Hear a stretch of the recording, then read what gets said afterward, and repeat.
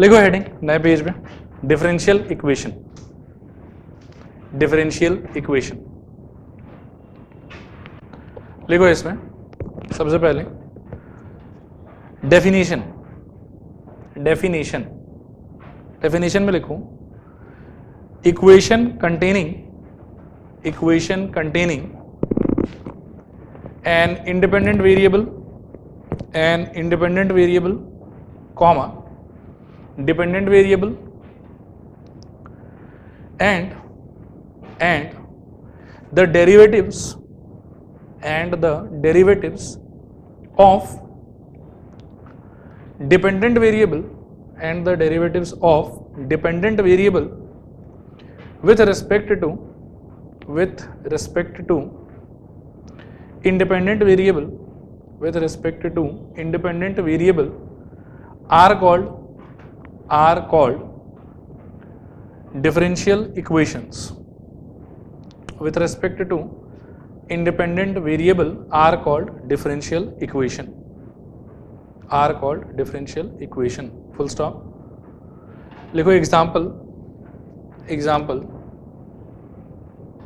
Number 1 dy dx plus x is equal to 0. Number 2 d2y by dx square plus 4y equal to 0. Number 3 y is equal to x times of dy dx plus a into dx dy, a into dx dy. ठीक है, देखो यहाँ board पर समझते हैं कि differential equation क्या होता है। जैसे सपोज करो कहीं पर लिखा हुआ है log x plus log 3 is equal to, ऐसे लिखा हुआ है log 5, ठीक है। तो इस टाइप की इक्वेशन को हम कह सकते हैं लॉगरिथमिक इक्वेशन। क्या कह सकते हैं? Logarithmic equation. सपोज करो कहीं पर लिखा हुआ है sin x equal to half, तो इसको आप बोल सकते हो ट्रिग्नोमेट्रिक इक्वेशन, क्योंकि ट्रिग्नोमेट्री है इसके अंदर, ठीक है। कहीं पर सिंपली लिखा हुआ है x plus 2 is equal to से 5, ठीक है। तो ये लीनियर एल्जेब्रिक इक्वेशन हो गया, क्योंकि सिर्फ इसमें वेरिएबल ही है जस्ट। वैसे ही किसी भी एक इक्वेशन के अंदर में अगर डेरिवेटिव का कुछ भी होगा ना, मतलब y होगा, x होगा और साथ में क्या होगा, डेरिवेटिव। तो अगर किसी भी इक्वेशन में डेरिवेटिव का कोई भी पार्ट है इक्वेशन के अंदर, dy dx चाहे d2y बाई dx स्क्वायर, चाहे मान लो कि d3y बाई dx क्यूब, कुछ भी अगर डेरिवेटिव का कोई भी पार्ट है आपके इक्वेशन के अंदर में, तो उस इक्वेशन को बोला जाएगा differential equation. Any equation basically containing any term with derivative is called differential equation. आया समझ? नेक्स्ट लिखूं order of a differential equation, order of a differential equation. इसमें लिखूं the order of a, the order of a differential equation, the order of a differential equation is the order of, is the order of the highest order derivative, is order of the highest order derivative which occurs in it. The order of a differential equation is the order of the highest order derivative which occurs in it, full stop। ये क्या होता है ये example देते समय मैं explain कर दूंगा, एक बार बस लिख के आगे बढ़ते हैं थोड़ा सा, ठीक है। नेक्स्ट लिखूं, next point degree of a differential equation, degree of a differential equation. इसमें लिखूं the degree of a differential equation, the degree of a differential equation is, the degree of a differential equation is the degree, is the degree, bracket में लिखूं और power, और power bracket close of the highest order, of the highest order derivative, of the highest order derivative which occurs in it, comma, after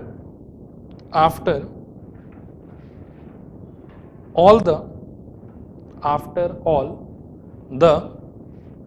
derivative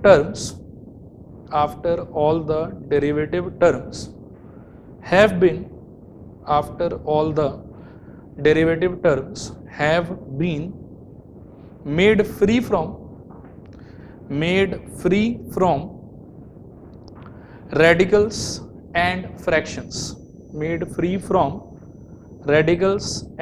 fractions, full stop. In other words, if each derivative term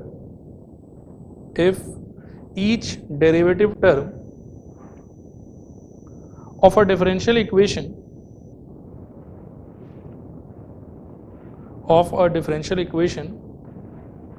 is a polynomial, bracket के अंदर लिखूं, और can be expressed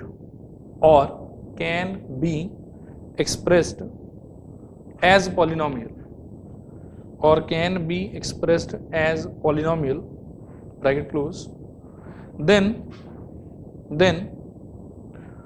the highest exponent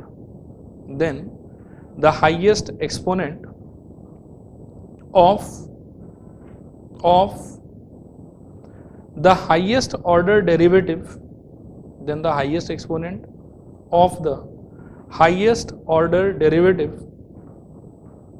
is called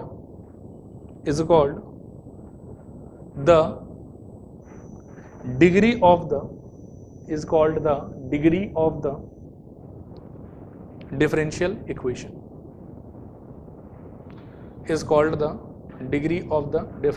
equation, full stop. ठीक है, इन दोनों का definition हम थोड़ा रुक के देखेंगे, एक बार पहले कुछ इलस्ट्रेशंस देखते हैं और वहां के बाद फिर से आगे घूम के देखेंगे. ठीक है, क्वेश्चन लिखूं, find the order and degree of the following differential equation. Find the order and degree of the following differential equation. ठीक है, find the order and degree of the following differential equation. यहाँ एक बार board की तरफ देखो, पहले इन्हीं सारे क्वेश्चंस पे रिसर्च कर लेते हैं. ठीक है, फिर बाकी और भी क्वेश्चंस में लिखा के आप लोग करवा दूंगा. पहले मैं समझाता हूँ कि ऑर्डर का मतलब क्या होता है. ऑर्डर का मीनिंग है कि आप अपने डिफरेंशियल इक्वेशन को देखो और उसके अंदर में देखो कि हाईएस्ट ऑर्डर डेरिवेटिव क्या आया है.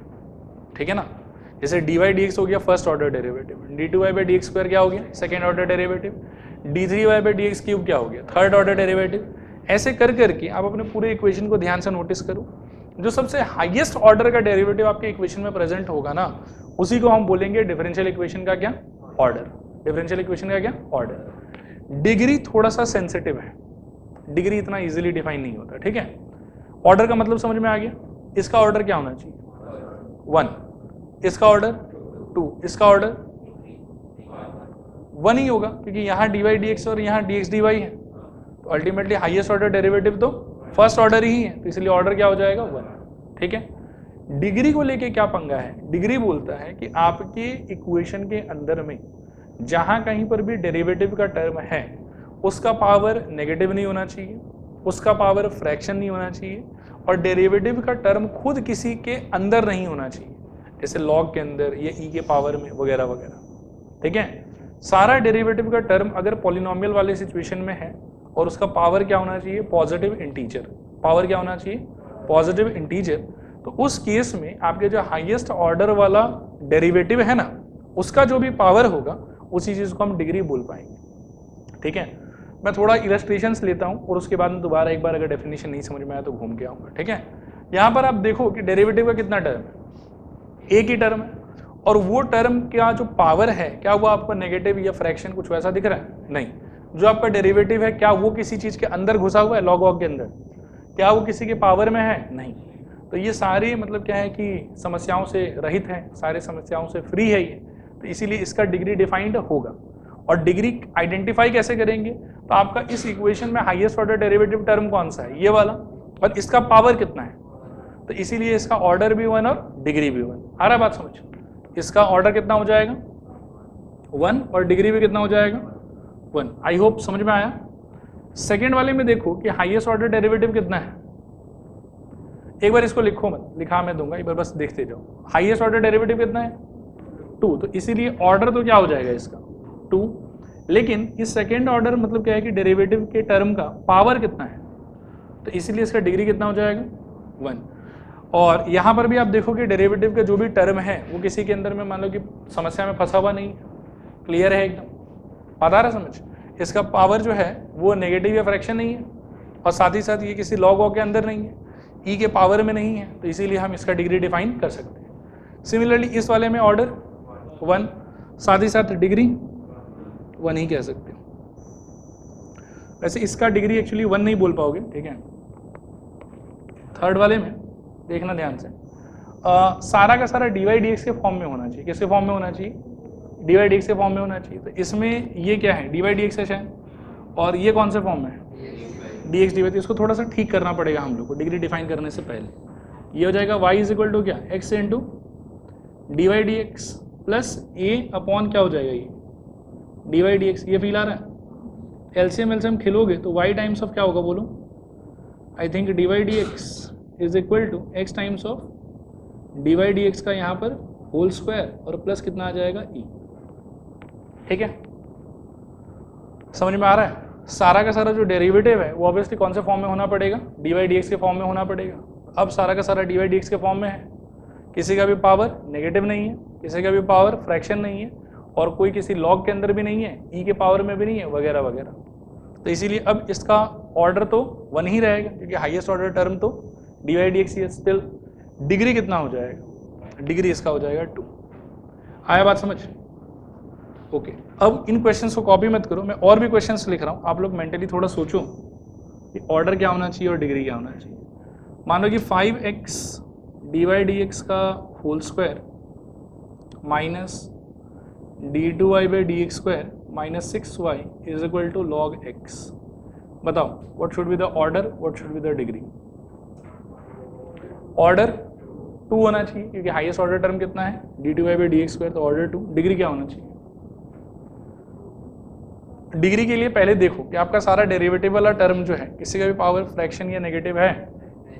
कोई भी डेरिवेटिव वाला टर्म किसी भी लॉग वॉग में या किसी दूसरे नंबर के पावर में फंसा हुआ है नहीं, सारा dy dx एकदम मस्त फ्री है, कोई दिक्कत नहीं, तो डिग्री डिफाइन हो सकता है। और डिग्री का मतलब क्या है कि जो आपका हाईएस्ट ऑर्डर वाला टर्म है उसका पावर क्या है। तो हाईएस्ट ऑर्डर वाला टर्म आपका ये है और इसका पावर क्या दिखाई दे रहा है आपको, तो इसीलिए डिग्री क्या हो जाएगा 1। आया समझ। अच्छा 5 नंबर पे इसको बताओ, x cube into d2y by dx square whole to the power suppose करो 5 और plus x into dy dx whole to the power 9 is equal to 0। बोलो ऑर्डर इसका और डिग्री बताओ। ऑर्डर मेरे ख्याल में 2 होना चाहिए, क्योंकि highest order term d2y by dx square है, और डिग्री का मतलब है हाईएस्ट ऑर्डर टर्म का पावर। तो 2 ये 9 इससे ज़्यादा है, लेकिन उससे कोई मतलब नहीं है, मतलब सिर्फ किससे है, इसके पावर से। वो कितना हो जाएगा 5। तो ऑर्डर 2 और डिग्री कितना हो गया 5। समझ में आया ना। 5 के बाद में 6 नंबर पे देखो, इसका बताओ d3y by dx cube plus x square into d2y by dx square whole cube. बोलो क्या होना चाहिए। Order 3, degree 1। 7 नंबर पे y triple dash plus y square plus e to the power y dash this is equal to 0। बोलो order तो इसका भी मेरे ख्याल में 3 हो जाएगा, क्योंकि y ट्रिपल डैश का मतलब क्या हो गया d3y बाई dx क्यूब, ठीक है ना। y स्क्वायर ठीक है, y स्क्वायर है, और यहाँ पर ये y डैश ही है, तो हाईएस्ट ऑर्डर डेरिवेटिव तो 3 ही है, इसलिए ऑर्डर तो क्या हो जाएगा 3। डिग्री के लिए क्या बोलते हो, डिग्री इसका होगा नॉट डिफाइंड। समझना बात को ध्यान से, डिग्री क्या हो जाएगा? Not defined. मैं एक्सप्लेन करता हूँ क्यों। इसको थोड़ा ध्यान से सोचोगे तो ये मेरे ख्याल में ये लिखा हुआ है, देखो d3y by d x cube plus y square plus e to the power d y d x this is equal to 0, ये लिखा हुआ। तो सिंस ये वाला चीज़ ई के पावर में है तो इसीलिए ये अभी इसके डिग्री को डिफाइन होने नहीं देगा, ठीक है।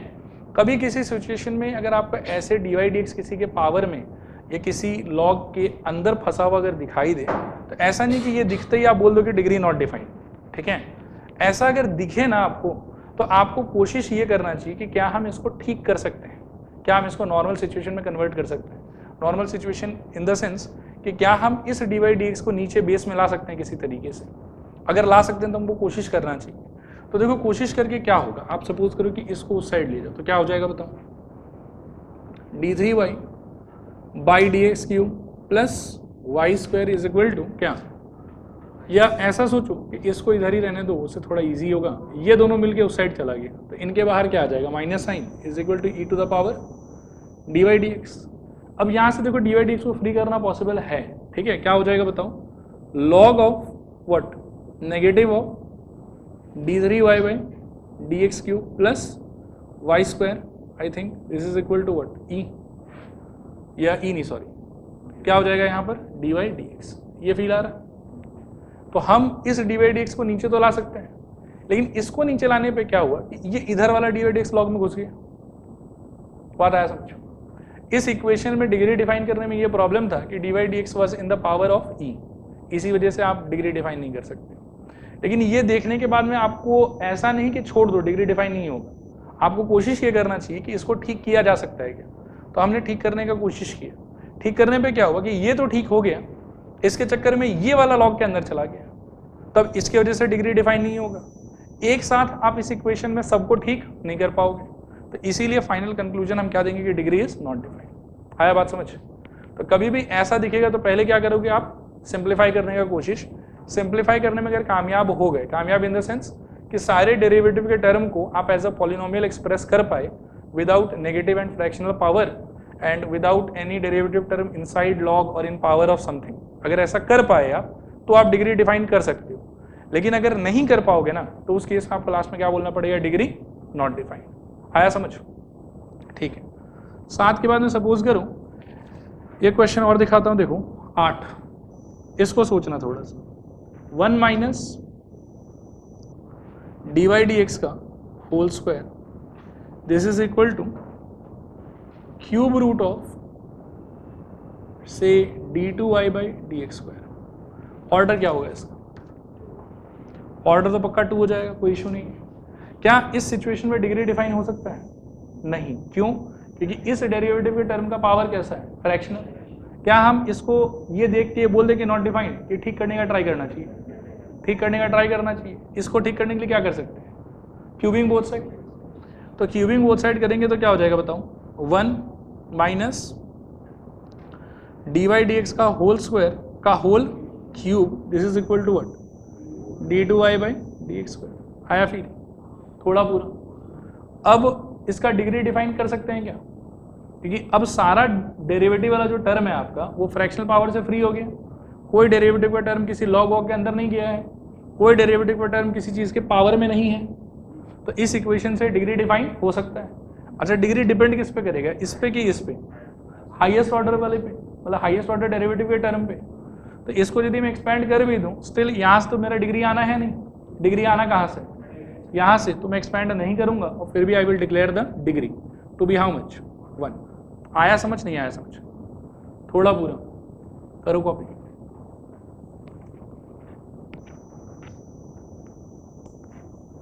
ये 1-2 क्वेश्चन और देख लो, उसके बाद में एक साथ ही कॉपी कर लेना। नंबर 9 पे देखो, सपोज करो इसको y is equal to x times of से डी वाई डी एक्स का whole cube plus d2y by d x square. क्या हो जाएगा बताओ, ऑर्डर 2 एंड डिग्री 1। और लास्ट क्वेश्चन नंबर 10 से d2y by dx² plus dy dx plus x to the power 4, इसके power में 5 और इसके पावर में सपोज करो 7, this is equal to 0. Order equal to 2 and degree 7. कर लो सारा काम. चलो नेक्स्ट लिखूं. Arbitrary constant and fix constant. Arbitrary constant and fix constant. Arbitrary constant and fix constant. इसमें लिखूं the constants whose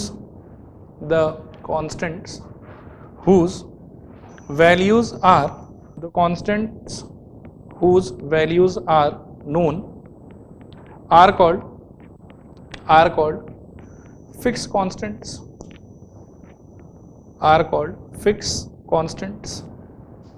And the constants whose values are not known, and the constant whose values are not known are called arbitrary constants. Are called arbitrary constants. Example इसमें लिखूं line with y intercept as 5. Line with y intercept as 5. ठीक है.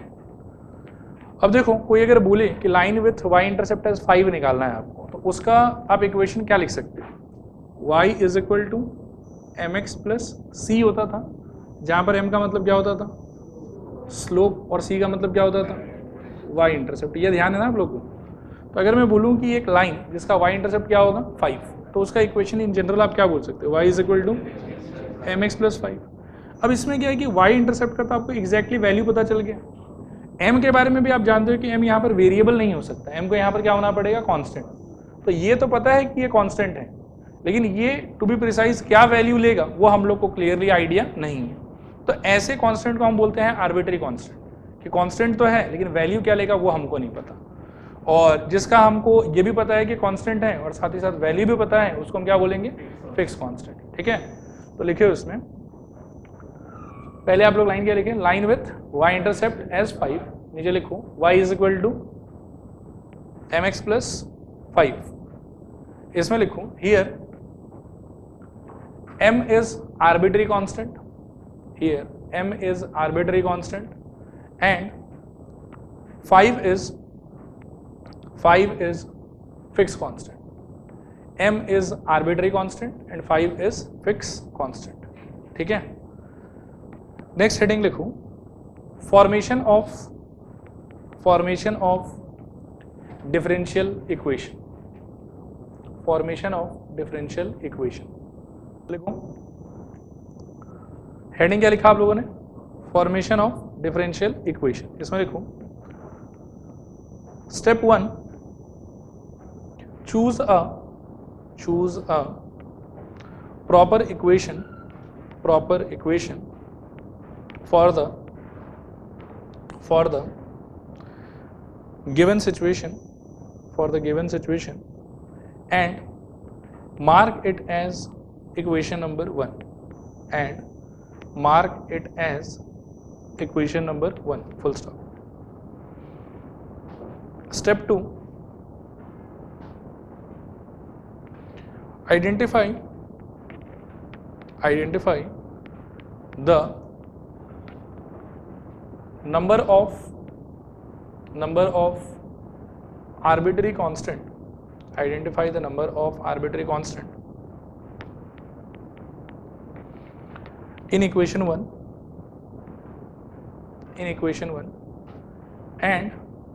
and differentiate it as many times as the number of arbitrary constant. and differentiate it as many times as the number of arbitrary constant. ठीक है, full stop. Mark the results, इसी step में mark the results as equation 2, equation 3, dot dot dot,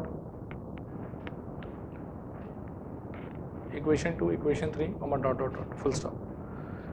Step 3. Now try to obtain a new equation free from arbitrary constant by the help of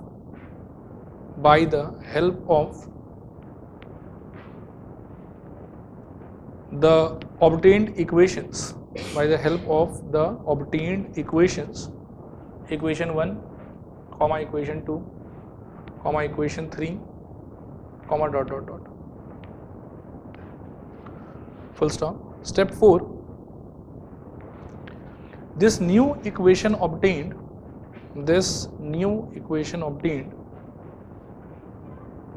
in step 3 is our required differential equation.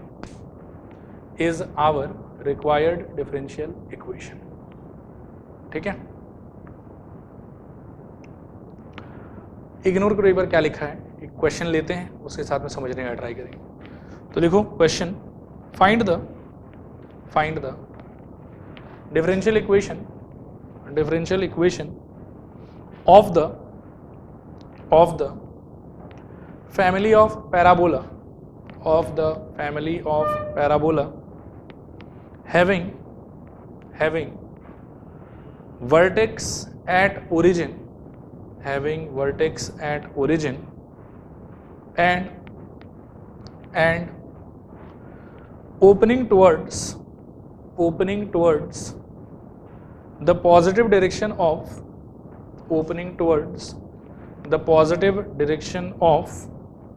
x-axis.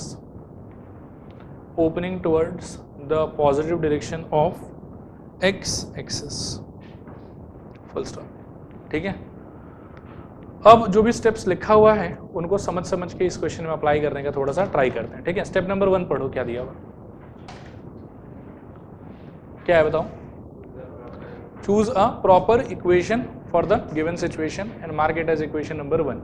तो यहाँ पर किसका बात चल रहा है, किसका differential equation चाहिए आपको? फैमिली ऑफ पैराबोला, और वो भी कैसा, हैविंग वर्टेक्स एट ओरिजिन यानी कि स्टैंडर्ड पैराबोला और फेसिंग टुवर्ड्स राइट साइड. तो उसका इक्वेशन क्या हो जाएगा, y square is equal to 4ax, equation number 1. आया फील, नहीं आया feel?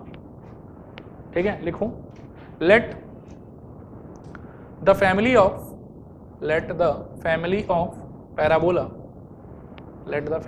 parabola be y square is equal to 4ax, equation number 1. Step 1 समझ में आया. स्टेप 2 क्या है बताओ, आर्बिट्री कांस्टेंट. इस इक्वेशन में आपको आर्बिट्री कांस्टेंट कितना दिखाई दे रहा है, एक ही दिखाई दे रहा है. 4 तो फिक्स कांस्टेंट होगा, ए क्या होगा, आर्बिट्री कांस्टेंट. तो जितना आर्बिट्री कांस्टेंट होगा उतने बार हम इसको क्या करेंगे, डिफरेंशिएट. एक ही है तो हम कितने बार डिफरेंशिएट करेंगे, सिर्फ एक बार. लिखो dbs, लेफ्ट हैंड साइड में क्या हो जाएगा, 2y dy dx is equal to मेरे ख्याल में 4 टाइम्स ऑफ a. x का डेरिवेटिव तो कितना हो जाएगा, 1. ठीक है ना. फिर ये 2 और ये 4 क्या हो जाएगा, कट जाएगा. 2 क्या होगा बताओ, I think half into y into d y d x is equal to क्या आ जाएगा, ए का वैल्यू, इक्वेशन नंबर 2. ठीक है, और तो डिफरेंशिएट नहीं करना.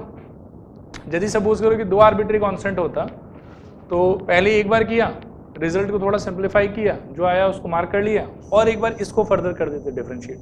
लेकिन एक ही आर्बिट्री कांस्टेंट है तो और डिफरेंशिएट हम लोग नहीं करेंगे. अब नेक्स्ट स्टेप क्या लिखा हुआ पढ़ो, try to obtain a new equation free from arbitrary constant by the help of obtained equations. तो एक मेरे पास में ये फैमिली ऑफ पैराबोला का इक्वेशन है, एक मेरे पास में ये ए के वैल्यू वाला इक्वेशन आ गया। इन दोनों की मदद से एक नया इक्वेशन चाहिए जिसमें आर्बिट्री कांस्टेंट नहीं होना चाहिए। वो कैसे ला सकते हैं? बड़े आराम से ए का वैल्यू डाल दो इसके अंदर, तो क्या हो जाएगा बताओ? बाय यूजिंग 2 in 1 क्या होगा बोलो? I think y square is equal to 4 times of half into y into d y d x into x. तो ये कट गया 2, क्या आ जाएगा? Y square is equal to 2y d y d x into x. ये हो गया आपका डिफरेंशियल इक्वेशन। ठीक है, आया समझ कि नहीं आया समझ? अच्छा, नेक्स्ट क्वेश्चन लिखूं, find the differential equation of the family of lines, find the differential equation of the family of lines passing through origin। ठीक है, 2 मिनट सोचो इसके बारे में, करें बात। ठीक है, जिसका नाम लिया हुआ है कौन है वो? Family of lines passing through origin. तो लिखो let the family of lines passing through origin be y is equal to क्या ले सकते हैं? mx, equation number 1। ये समझ में आता है? प्लस सी कहाँ गया? जब ओरिजिन से ही पास करेगा तो y इंटरसेप्ट कितना हो जाएगा? 0, तो इसीलिए उसको मेंशन नहीं करेंगे। अच्छा, इस इक्वेशन में कितना आर्बिट्री कांस्टेंट है? एक ही एच है, क्या है वो? m। तो कितने बार डिफरेंशिएट कर सकते हो? एक ही बार। क्या हो जाएगा बताओ? dbs dy dx is equal to m। ठीक है, इक्वेशन नंबर क्या हो जाएगा? ये 2। अब 2 in 1 क्या दे देगा आपको? y is equal to dy dx into x, और यही आपका रिक्वायर्ड डिफरेंशियल इक्वेशन है। ठीक है, क्लियर है? समझ में आ गया? अच्छा, नेक्स्ट लिखूं, solution of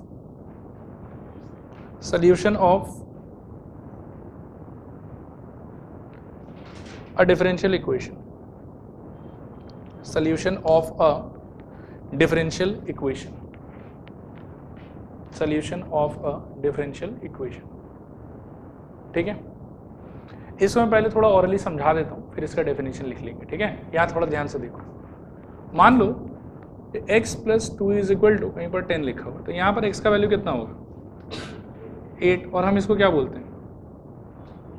it is the solution of, से दिस इज इक्वेशन नंबर 1। ऐसा क्यों बोलते हैं? क्योंकि x इक्वल टू 8 के लिए जब आप LHS और RHS निकालोगे ना, एट x इक्वल टू 8, तो LHS का वैल्यू कितना आएगा? 8 plus 2 which is equal to 10, और RHS का वैल्यू कितना है? 10। तो for x equal to 8 LHS and RHS becomes what? Equal. In a sense we can say कि x equal to 8 satisfies this equation and hence x equal to 8 is what? Solution of this equation। आया बात समझ? इसी तरीके से किसी भी differential equation का, किसी भी क्या डिफरेंशियल इक्वेशन का जब हम सोल्यूशन का बात करते हैं, तो डिफरेंशियल इक्वेशन का सोल्यूशन हर हमेशा होता है कोई ना कोई function y is equal to f x. ठीक है, एक डिफरेंशियल इक्वेशन में क्या होगा? डेरिवेटिव होगा। अब कोई भी ऐसा फंक्शन, ठीक है ना, जो इस डिफरेंशियल इक्वेशन को क्या कर सके? सेटिस्फाई, यानी कि जो भी डेरिवेटिव वगैरह का टर्म है वो सारा का सारा आप पहले इस फंक्शन की हेल्प से निकालो डेरिवेटिव कर करके, और लेफ्ट साइड राइट साइड में इसको पुट करो, तो आप देखोगे कि LHS RHS क्या हो गया? इक्वल। तो ऐसा कोई भी फंक्शन जो इस डिफरेंशियल इक्वेशन को क्या कर सके? सेटिस्फाई, वो कहलाएगा इस डिफरेंशियल इक्वेशन का सोल्यूशन। बात आया समझ? डिफरेंशियल इक्वेशन का सोल्यूशन हर हमेशा क्या होगा? कोई ना कोई फंक्शन। कौन सा फंक्शन डिफरेंशियल इक्वेशन का सोल्यूशन बनेगा? डिफरेंशियल इक्वेशन का सोल्यूशन वो फंक्शन बनेगा जो इस इक्वेशन को ओवरऑल क्या कर सके, सेटिस्फाई। सेटिस्फाई करने का मतलब क्या है, सारे y को आप इसके डेफिनेशन से रिप्लेस कर दो, सारे dy dx को आप इसके फर्स्ट डेरिवेटिव से रिप्लेस कर दो। अगर d2y/dx² प्रेजेंट है तो आप इसका सेकेंड ऑर्डर निकालो और उससे जो आएगा वो वहां डाल दो। ऐसा LHS RHS के सारे टर्म्स को आप रिप्लेस कर दो एंड सबको सिंप्लीफाई कर दो। अगर LHS इक्वल टू RHS हो जाता है बाय यूजिंग दिस फंक्शन, तो हम इस फंक्शन को, इस डिफरेंशियल इक्वेशन का क्या बोलेंगे, सोल्यूशन। आया समझ, नहीं आया समझ, थोड़ा पूरा इससे रिलेट करके सोचो। x इक्वल टू 8 को इसका सोल्यूशन क्यों कह रहे हो, क्योंकि x इक्वल टू 8 इस मैथमेटिकल इक्वेशन को क्या कर रहा है, सेटिस्फाई। वैसे ही डिफरेंशियल इक्वेशन को कोई नंबर कभी सेटिस्फाई नहीं करेगा, क्योंकि अगर नंबर लोगे तो हमेशा उसका डेरिवेटिव तो क्या हो जाएगा, 0, तो नंबर सेटिस्फाई नहीं करेगा। डिफरेंशियल इक्वेशन को कौन सेटिस्फाई करेगा, फंक्शन। और कौन सा फंक्शन इसका सोल्यूशन कहलाएगा, वो फंक्शन जिसके लिए इसका LHS इक्वल टू क्या हो जाए, RHS। उस फंक्शन को, इस डिफरेंशियल इक्वेशन का हम क्या कह सकते हैं, सोल्यूशन। आया समझ, नहीं आया समझ, थोड़ा पूरा लिखो। For a differential equation, for a differential equation in x and y, in x and y, a function for a differential equation in x and y, comma, उसके बाद में लिखूं a function y equal to fx, y equal to fx, that satisfies the differential equation, that satisfies the differential equation is called a solution, is called a solution of differential equation, is called a solution of differential equation, is called a solution of differential equation, full stop. There are two types of solution. There are two types of solution of a differential equation. There are two types of solution of a differential equation. They are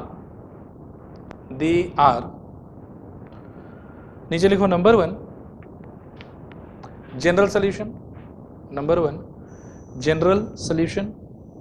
इसमें लिखूं the solution of a differential equation, the solution of a differential equation that has arbitrary constant, that has arbitrary constant in it, that has arbitrary constant in it, are called general solution, are called general solution. And number 2 लिखूं particular solution, particular solution। इसमें लिखो the solution of a differential equation, the solution of a differential equation that contains only fixed constants, that contains only fixed constants and no arbitrary constant, and no arbitrary constant, and no arbitrary constant, are called particular solution, are called particular solution, are called particular solution, full stop।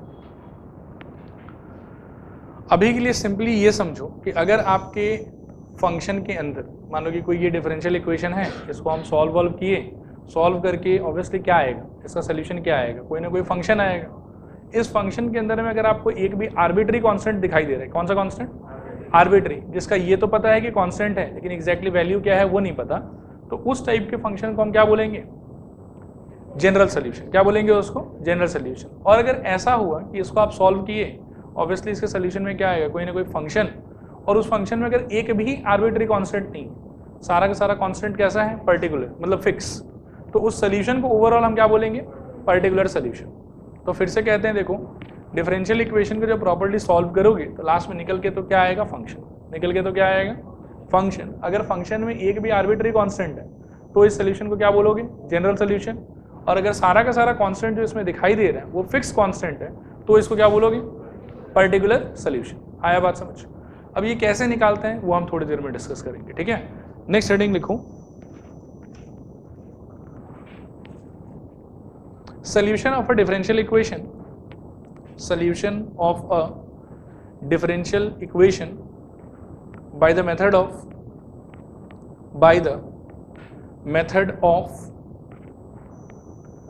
variable separable, by the method of variable separable।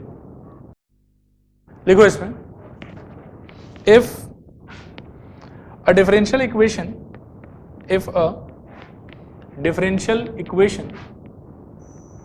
can be expressed as यहां board पर देखो, dy dx is equal to fx और dy dx is equal to f of x into g of y। If a differential equation can be expressed in the form of dy dx is equal to fx or dy dx equal to f of x into g of y, then such differential equation can be solved by variable separable,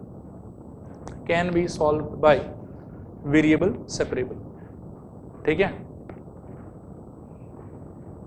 can be solved by variable separable. अब ये क्या है, कैसे apply होता है, वो एक question के थ्रू देख लेते हैं। हाँ लिखो, सॉल्व द फॉलोइंग डी, या solve the following differential equation, solve the following differential equation.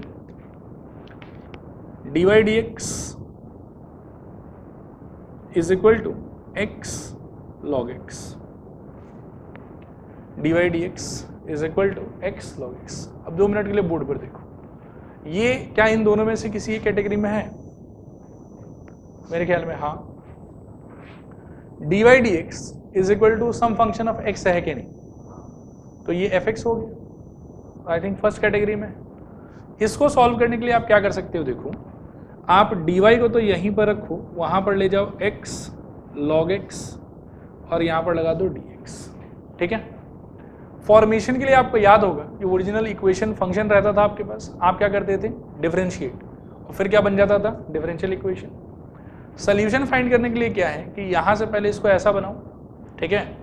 अगर dy dx equal to fx के फॉर्मेट में है तो सिंपली आप dx को उधर शिफ्ट कर दो, ठीक है। और अगर dy dx equal to f of x into g of y का फॉर्मेट है तो इसको ना आप ऐसा कर लो कि dy के नीचे y वाला पूरा फंक्शन ले आओ और fx के साथ में आप dx को भेज दो। अगर फर्स्ट सिचुएशन है तो ये करना है, और अगर सेकंड सिचुएशन रहा तो वो कर लेना। और उसके बाद में instead of differentiating this time you can apply integrating both side, integration करो, ठीक है। अब इंटीग्रेशन जब लगाओगे तो क्या होगा, इंटीग्रेशन ऑफ यहाँ क्या आ जाएगा dy और वहाँ आ जाएगा integration x log x dx। ये फील आ रहा है, dy का इंटीग्रेशन क्या हो जाएगा y, this is equal to इसका इंटीग्रेशन क्या हो जाएगा, फर्स्ट फंक्शन सेकेंड फंक्शन, है ना। क्या होगा बोलो, log x times of x square by 2 minus integration 1 by x into x square by 2 dx। This implies y is equal to log x into x square by 2 minus एक x गया यहाँ से शायद, हाफ बाहर आ जाएगा, और x का integration once again x square by 2 plus c। So this implies y is equal to क्या, log x into x square by 2 minus x square by 4 plus c, ठीक है। अब ये जो आया ये क्या लग रहा है आपको, फंक्शन, और यही फंक्शन इस डिफरेंशियल इक्वेशन का क्या है, सॉल्यूशन। इस फंक्शन के अंदर में आप देखो ये जो कांस्टेंट है ये कैसा कांस्टेंट है, आर्बिट्री की फिक्स, आर्बिटरी कांस्टेंट है ये तो पता है, लेकिन वैल्यू क्या है वो नहीं पता, तो ये कौन सा कांस्टेंट हुआ? Arbitrary. And since this is arbitrary constant, hence we can say कि the overall solution is general solution. और यहीं पर सपोज करो कि इसके साथ कोई और अगर एक कंडीशन दिया हुआ होता कि at x equal to 1 y is equal to 2, तो y की जगह पर 2 x की जगह पर 1 बिठा के हम सॉल्व करते, क्या आ जाता हमारे पास में? c आ जाता। c का जब वैल्यू आ जाता उसको फिर से इसी इक्वेशन में बिठा देते और तब ये सोल्यूशन क्या हो जाता? Particular solution. नहीं आया समझ? थोड़ा पूरा कर लूं। देखो नेक्स्ट लिखूं, सॉल्व द ये सॉल्व द काट दो, एक नया लैंग्वेज लिखो। देखो find the particular solution of dy dx, यही वाला है, dy dx equal to x log x। Find the particular solution of dy dx equal to x log x if y equal to 0 at x equal to 1, if y equal to 0 at x equal to 1। ठीक है, अब थोड़ा board पर देखो एक बार। तो अगर ये कंडीशन अटैच किया हुआ है तो इनिशियली तो यही होगा। ठीक है, इसके बाद में हम क्या लिखेंगे बताओ? इतना के बाद at x equal to 1 y is equal to कितना? 0। इसको बिठा दो उसमें, क्या हो जाएगा? 0 equal to I think log 1 into 1 square by 2 minus 1/4 plus c। तो ये वाला पार्ट तो 0 हो जाएगा, तो c इक्वल टू आ जाएगा 1/4। Therefore y is equal to I think log x into x square by 2 minus x square by 4 plus 1/4, क्योंकि c का वैल्यू आ गया। ठीक है, आया समझ? और इस सोल्यूशन को हम क्या कह सकते हैं? Particular solution. हो गया शायद? लिखो नेक्स्ट लिखो, find the general solution of dy dx is equal to e power x plus 1 into y। dy dx is equal to e power x plus 1 whole thing into y। ठीक है, ये कौन सा कैटेगरी में है? First वाले में कि सेकंड वाले में? सेकंड वाले में। तो इसमें क्या कर सकते हैं बताओ? दिस इम्प्लाइज, बोलो, dy by y is equal to what? e to the power x plus 1 into dx। इसके बाद इंटीग्रेटिंग बोथ साइड क्या हो जाएगा बताओ? इंटीग्रेशन ऑफ dy बाई क्या? y, this is equal to और क्या, या इसको छोड़ो, ऐसे लिख देते हैं, इंटीग्रेशन 1 बाई वाई dy, ज़्यादा बेटर होगा। Integration e power x plus 1 dx। सही कह रहे हैं शायद? 1 बाई वाई का इंटीग्रेशन क्या हो जाएगा? log mod y is equal to e power x का इंटीग्रेशन e पावर x 1 का इंटीग्रेशन x प्लस c, ऐसा कुछ रहेगा। देखो बताओ, आया समझ नहीं आया समझ? और ये कौन सा सोल्यूशन है? जनरल। क्यों? ये c का वैल्यू पता नहीं, ये पता है कि कांस्टेंट है लेकिन वैल्यू नहीं पता। ठीक है ना? ठीक है, नेक्स्ट लिखो, application of differential equation, bracket में लिख लो, ग्रोथ डीके प्रॉब्लम्स। क्वेश्चन लिखो इसमें,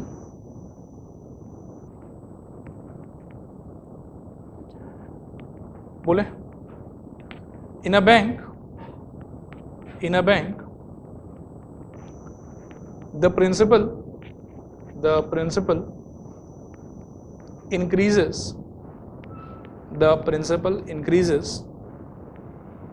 continuously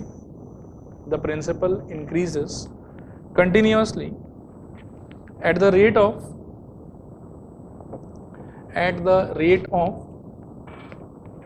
5% per year, at the rate of 5% per year, full stop। in how many years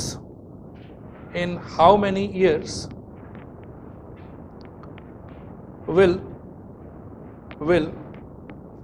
rupees 1000 in how many years will rupees 1000 double itself? In how many years will rupees 1000 double itself? ठीक है, सोचो एक बार थोड़ा सा करते हैं। इस line का क्या मतलब है कि principal increases continuously at the rate of 5% per year, हर साल 5% करके बढ़ जाएगा। और 5% क्या चीज का? प्रिंसिपल का। तो क्या मैं इसको डायरेक्टली इस बात में ट्रांसलेट कर सकता हूं कि dp dt equal to 5/100 into p? ये हो गया रेट ऑफ चेंज, ठीक है, dp dt। और चेंज कितने से हो रहा है इफेक्टिवली? 5% of principal. तो ये जो लाइन है कि principal increases continuously at the rate of 5% per year, उसका मीनिंग तो यही वाला होगा। आया बात समझ? नहीं आया समझ? बोलो भैया थोड़ा, ठीक है। मीनिंग यही होगा इसका कि प्रिंसिपल जो है वो टाइम के साथ में चेंज हो रहा है और रेट ऑफ चेंज कि किस रेट से चेंज हो रहा है वो है 5% ऑफ द प्रिंसिपल। इसीलिए dp dt will be equal to what? 5/100 of p। अब हम लोग को पूछ रहा है कि इनिशियली उसमें कितना रुपया था? 1000 रुपया शायद, और हम लोग को पूछ रहा है कि ये पैसा डबल कितने टाइम में हो जाएगा, ठीक है। तो इसी को कहते हैं हम लोग ग्रोथ डीके मॉडल। कि पहले क्या है कि जो भी आपको इन्फॉर्मेशन दिया हुआ है उससे आप एक ये डिफरेंशियल इक्वेशन बनाओ इन्फॉर्मेशन के हेल्प से। फिर इस डिफरेंशियल इक्वेशन के पहले तो आप निकालो जनरल सोल्यूशन, जो कि हम निकालेंगे अभी। तो इसमें देखो हम जनरल सोल्यूशन कैसे निकालेंगे, ध्यान से समझने का ट्राई करना। dp upon p will be equal to 5 का 1 और 100 का 20, क्या हो जाएगा? 1/20 times of dt। I hope ये समझ में आ रहा है। इंटीग्रेट कर दो दोनों साइड, क्या मिलेगा बताओ? या लिखित भी देते हैं IBS, एक स्टेप और लिख देता हूं। देखो दिस एम्प्लाइज इंटीग्रेशन क्या? 1/p dp is equal to what? 1/20 integration dt, क्योंकि 1/20 कांस्टेंट है, बाहर आ जाएगा। ये हो जाएगा log mod p is equal to what? 1/20 times of t plus c। ये बात समझ में आ रहा है? अब यहाँ पर ये जो c है ये कैसा कांस्टेंट है? आर्बिटरी। t जो है वो टाइम है आपका, और p क्या है आपका? प्रिंसिपल। आया बात समझ? मैं वापस स्टार्ट से बताता हूँ। क्वेश्चन पढ़ना है, इन्फॉर्मेशन को समझ के पहले आपको क्या बनाना है? Differential equation. फिर उसको क्या करना है? सॉल्व। ये हो गया इस डिफरेंशियल इक्वेशन का सोल्यूशन। अब जो भी आंसर ढूंढना है वो आपको इससे मिलेगा, ठीक है। इनिशियली आपका सबसे पहला ड्यूटी है कि इक्वेशन में अगर कोई भी आर्बिट्री कांस्टेंट है तो पहले गिवन इन्फॉर्मेशन के हेल्प से उस आर्बिट्री कांस्टेंट का वैल्यू फाइंड करने का ट्राई करो। इसमें क्या इन्फॉर्मेशन है कि शुरुआत में बैंक में कितना पैसा है? 1000 रुपया। कितना पैसा है? 1000 रुपया। तो क्या मैं ऐसा बोल सकता हूँ कि एट t इक्वल टू 0, जब मान लो कि टाइम एकदम स्टार्टिंग का था, शुरुआती, तो उस टाइम पर टाइम पीरियड पार हुआ है वो तो 0 था, और उस टाइम पर आपका प्रिंसिपल कितना था? 1000। तो t इक्वल टू 0 पे p इक्वल टू हम कितना ले सकते हैं? 1000। इसको आप इस पे इम्पोज कर दो, क्या हो जाएगा बताओ? log ऑफ 1000 कह सकते हैं, क्योंकि मॉड ऑफ 1000 तो 1000 ही होगा। log 1000 is equal to I think 0 plus c, therefore c equal to क्या हो जाएगा? log 1000। आया नहीं आया? थोड़ा पूरा इसको मार्क कर लो, मान लो कि इक्वेशन नंबर 1। तो अब हम क्या बोल सकते हैं बताओ? 1 implies log p is equal to 1/20 times of t plus log of 1000। ये क्लियर है? आया बात समझ? अब यहाँ देखो इस इक्वेशन को थोड़ा ध्यान से। अब ये बहुत खतरनाक इक्वेशन हो गया। अब ये खतरनाक इक्वेशन क्यों हो गया? ये खतरनाक इक्वेशन इसलिए हो गया क्योंकि ये आपके इस सिचुएशन को सेटिस्फाई करने वाला एक इक्वेशन है, ठीक है। इस इक्वेशन में अगर मान लो कि आप कोई भी p डालोगी तो वहां तक पहुंचने के लिए t कितना लगेगा वो आपको इसको सॉल्व करके मिल जाएगा। या अगर आप कोई भी t डालते हो, मान लो कि 10 साल के बाद में मेरे पैसे का क्या होगा, तो आप t डाल दो 10 और करेस्पॉन्डिंग आपको क्या मिल जाएगा? p। आया बात समझ? फिलहाल हमको शायद p दिया हुआ है, क्या पूछा हुआ है हमको कि पैसा कितने टाइम में डबल होगा। तो हमको क्या चाहिए कि let t is equal to say t1 at p equal to double का मतलब कितना? 2000। सो दिस इम्प्लाइज क्या होगा बताओ? log of 2000 is equal to 1/20 times of T1 plus log क्या 1000। ये समझ में आ रहा है?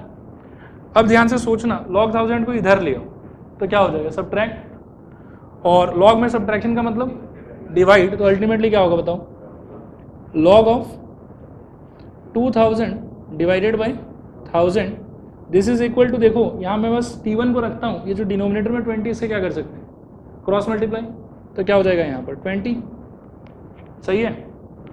अब यहाँ से T इक्वल टू कितना निकल के आ रहा है बताओ, T1 इज इक्वल टू बोलो 20 टाइम्स ऑफ log 2, ठीक है। log 2 का वैसे वैल्यू सोचोगे तो ये हो जाएगा 20 इंटू 0.3010, ठीक है। 20 से मल्टीप्लाई तो कितना हो जाएगा, आई थिंक 6.020, ऐसा कुछ, डेसिमल पॉइंट जो है वो एक डिजिट शिफ्ट होगा और 2 से मल्टीप्लाई कर दो, तो इतना आपको चाहिए टाइम, इतना ईयर्स। बोलो किस चीज़ के बिना, थोड़ा जोर से बोलो, मतलब इस तरीके के बिना कोई दूसरे तरीके से कह रहे हो सकता है, कोई बड़ा बात नहीं, लेकिन हमको तो डिफरेंशियल इक्वेशन से करके दिखाना। आया बात समझो, क्लियर है आइडिया। मैं ओवरऑल एक बार और आप लोगों को बताता हूँ कि इसमें होता क्या है, ठीक है। इसमें होगा ये कि बेसिकली शुरुआत में आपको कोई ना कोई इन्फो इस टाइप का दिया हुआ रहेगा, जैसे आप क्या करोगे, डिफरेंशियल इक्वेशन बना लोगे अपना। डिफरेंशियल इक्वेशन बनने के बाद में आप उसको सॉल्व करो, सॉल्व करने के बाद में क्या होगा, दो टाइप का सिचुएशन हो सकता है, कभी कभी दो आर्बिट्री कांस्टेंट आएगा, एक यहाँ पर भी आएगा और एक टी के कोफिशिएंट में भी आएगा, और कभी कभी आपके पास में एक ही आर्बिट्री कांस्टेंट आएगा। तो चाहे एक आर्बिट्री कांस्टेंट आए चाहे दो आर्बिट्री कांस्टेंट आए, once you have solved the differential equation, next job is कि फाइंड द आर्बिट्री कांस्टेंट्स। अगर एक है तो वो कंडीशन भी आपको एक ही टू बताएगा, जैसे यहाँ बता रखा था, इस कंडीशन को यूज करके आपको आर्बिट्री कांस्टेंट का वैल्यू मिल जाएगा। अगर दो आर्बिट्री कांस्टेंट होता तो आपको ना दो कंडीशन बताया हुआ होता, एक को यूज करके एक मिला, दूसरे को यूज करके आपको दूसरा मिल जाता। Once you get all of your arbitrary constant, तो ये इक्वेशन बहुत ही पावरफुल इक्वेशन हो जाएगा आपके लिए, ठीक है ना। सी मिल गया, अब इसके अंदर ये क्या हो गया, ये वाला। अब इस इक्वेशन में कोई भी पी के करेस्पॉन्डिंग कितना टाइम चाहिए होगा वो मैं आराम से निकाल सकता हूँ पी का वैल्यू डाल के, और किसी भी टी के करेस्पॉन्डिंग कितना पी बनेगा वो भी मैं इसमें टी का वैल्यू डाल के आराम से निकाल सकता हूँ। तो क्वेश्चन में दोनों ही टाइप का बात पूछा हुआ हो सकता है। यहाँ पर हमको पूछा कि प्रिंसिपल कितने टाइम में डबल हो जाएगा, इनिशियली प्रिंसिपल कितना था 1000, तो प्रिंसिपल डबल कितने टाइम में हो रहा है, इतने टाइम में हो रहा है। ऐसा भी पूछ सकता था कि 10 साल में प्रिंसिपल का वैल्यू क्या होगा, तो वहां पर भी हम यहाँ तक तो सेम ही करते हैं, फिर यहाँ पर आके टी की जगह पर क्या बिठा देते हैं 10, सॉल्व करते हैं, जो भी उसके करेस्पॉन्डिंग पी आता वो हमारा आंसर होता। नहीं आया समझो, क्लियर है। बस इसमें कॉम्प्लिकेटेड एक ही तरीके से और हो सकता था, कैसे कि आपको एक नहीं दो आर्बिट्री कांस्टेंट मिलता है यहाँ पे, ठीक है। लिखो नेक्स्ट क्वेश्चन,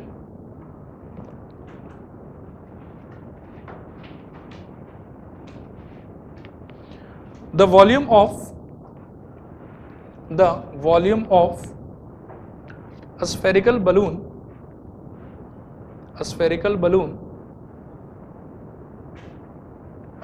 changes, या रुक जाओ, चेंजेस काटो एक बार, लिखो the volume of a spherical balloon being inflated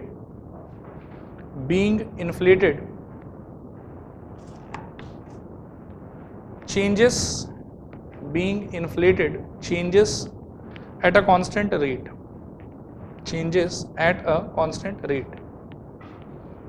if initially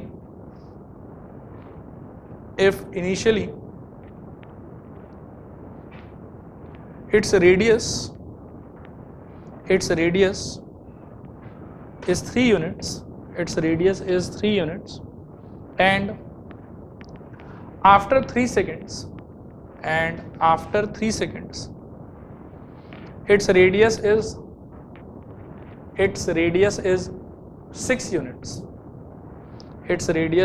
6 units, then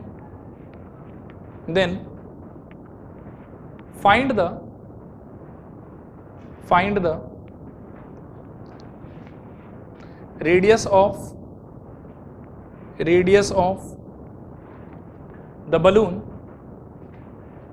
radius of the balloon, after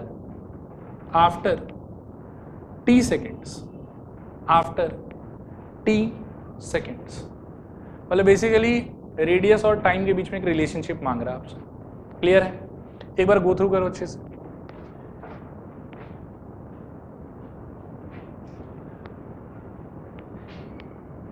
ठीक है, सबसे पहला लाइन क्या दिया हुआ है? Volume of a spherical balloon changes at a constant rate. तो क्या मैं इसको ये इंटरप्रेट करूं कि dv dt is equal to, मेरे को कांस्टेंट k बताया, कांस्टेंट क्या होगा वो नहीं पता, लेकिन कैसे चेंज होगा? कांस्टेंट रेट पे। तो dv dt का वैल्यू मेरे को क्या दिया हुआ? k equal to t। और लास्ट में डू यू क्लियरली फील कि आपको r as a function of t पूछा हुआ है? सोच के देखो, find the radius of the balloon after t seconds. क्या मतलब है इसका? कि रेडियस और t के बीच में एक रिलेशनशिप चाहिए हमको। आया बात समझ? अब देखो वहां तक हम कैसे पहुंच सकते हैं, बस ध्यान से सुनते जाना। dv dt को, सिंस स्फीयर का बात चल रहा है, क्या हम ऐसे रिप्लेस कर सकते हैं? D d t of 4/3 pi r cube is equal to k। एक बार लिखो मत, देख लो पहले अच्छे से। 4/3 पाई क्या है? कांस्टेंट, बाहर आ सकता है। तो 4/3 पाई आर क्यूब का डिफरेंशिएशन क्या होगा? 3r² dr dt। This is equal to what? k। 3 cut गया यहाँ पर। आ रहा बात समझ? क्या बचा? 4 pi r² dr dt is equal to k। ऐसा कुछ लग रहा है? क्या हम इसको डिफरेंशियल इक्वेशन कह सकते हैं? पक्का? इसके सिंप्लीफिकेशन पे क्या मिलेगा देखो, 4 पाई r² dr को यहीं रखो इक्वल टू, क्या हम k dt बोल सकते हैं? वेरिएबल सेपरेबल, dt को उस साइड ले जाओ, दोनों तरफ इंटीग्रेट कर दो, क्या मिलेगा बताओ? IBS। फील करते रहना अच्छे से। हाँ, 4 pi r² dr is equal to k dt, और दोनों तरफ क्या करना है मेरे को? इंटीग्रेशन। यहाँ पर आई थिंक 4 पाई क्या है? कांस्टेंट, वो तो बाहर आ जाएगा। r² का इंटीग्रेशन क्या होगा? r³/3। This is equal to kt plus c। Equation number 1। ठीक है, मैंने बोला था कि 2 आर्बिट्री कांस्टेंट आ सकते हैं, और यहाँ आप क्लियरली देख सकते हो कि 2 आर्बिट्री कांस्टेंट आपके पास में है। आया बात समझ? अब 2 इंफॉर्मेशन भी आपके पास देखो। पहला इंफॉर्मेशन क्या है कि इनिशियली रेडियस कितना है उसका? हाँ, 3 यूनिट्स। तो इनिशियली रेडियस अगर 3 यूनिट्स है, इनिशियल का मतलब टाइम इक्वल टू 0। तो देखो at t equal to 0 r equal to कितना? 3 ना। तो ये यूज करने पे क्या मिलेगा देखो, 4 पाई/3 into 3 cube is equal to 0 plus I think c। सही कह रहा हूँ क्या? बोलो। t इक्वल टू मैंने 0 बिठा दिया, ठीक है ना। अब यहाँ से एक 3 कट जाएगा शायद, कितना बचेगा यहाँ पे? 3²। सो 36 कितना हो गया? Pi is equal to c। यहाँ से इक्वेशन 1 क्या हो गया आपका? 4/3 pi r cube is equal to kt plus 36 pi. Feel आ रहा? थोड़ा पूरा। और क्या इन्फॉर्मेशन है आपके पास? At t equal to 3 seconds r equal to कितना हो गया? 6। इसको यूज करो, क्या होगा बताओ? मेरे ख्याल में 4/3 पाई r की जगह पर कितना? 6 cube is equal to k times of 3 plus 36 pi. सही बोल रहे हैं? देखो, ठीक है, समझ में आया? इसका सिंप्लीफिकेशन क्या होगा सोचो। 4/3 पाई इंटू 216, 3 से काटो कितना आ जाएगा? 72। और 4 इंटू 72 कितना हो जाएगा? 28 ना, तो 280 और प्लस 8, 288। सही कह रहे हैं? So this implies 288 pi minus 36 pi is equal to k times of 3। कह सकते हैं 288 माइनस 36 कितना हो जाएगा? 252। So this implies 252 pi is equal to 3k। 3 और 252 कटेगा शायद, कितना आ जाएगा? 84। So this implies k equal to कितना आ जाएगा? 84 पाई। अब आपको k भी मिल गया, ठीक है ना।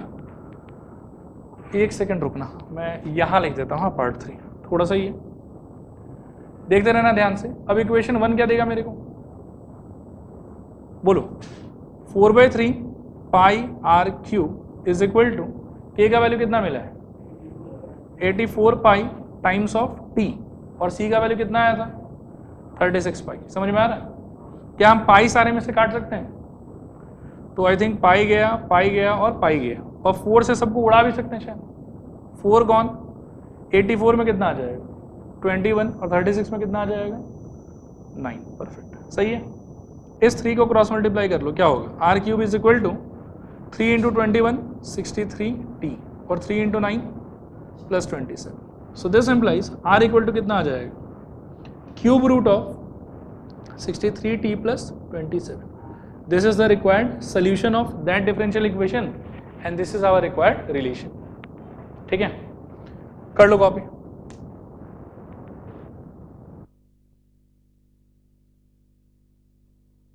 मैं यहाँ मार्क कर देता हूँ सोल्यूशन का। ये है पार्ट 1, ये है पार्ट 2, और ये है आप लोग का पार्ट 3।